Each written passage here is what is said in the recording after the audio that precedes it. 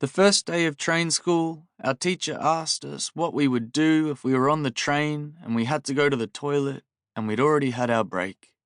For a while, no one spoke. Then Susie said, "Shit in a bag, sir. Yeah, probably shit in a bag." "Good on you, Suze," our teacher said. The shit in a bag approach, a classic. Then we went around the room and said our names and where we'd come from and a fun fact about us too.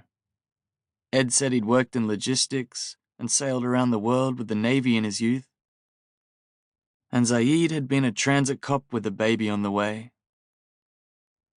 But now it was my turn and I didn't know what to say. I didn't want to talk about the migraine or how I'd failed as a writer.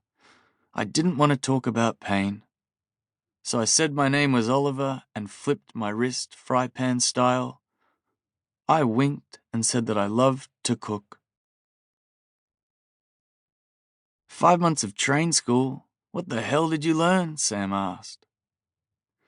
We learned about the railway, the different trains, the S sets and K sets and C sets and T sets and M sets and H sets and A sets and B sets.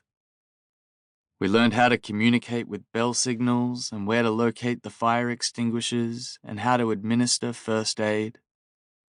We learned the Sydney Trains network, every station in order, and what platforms, if any, a train could terminate on. We learned how to take a train apart and put it back together, and how to drive the train in case the driver became incapacitated. We learned how to prepare and how to terminate a train, how to test for faults, and how to talk phonetically on the radio as if we were in the army, like my dad taught me long ago.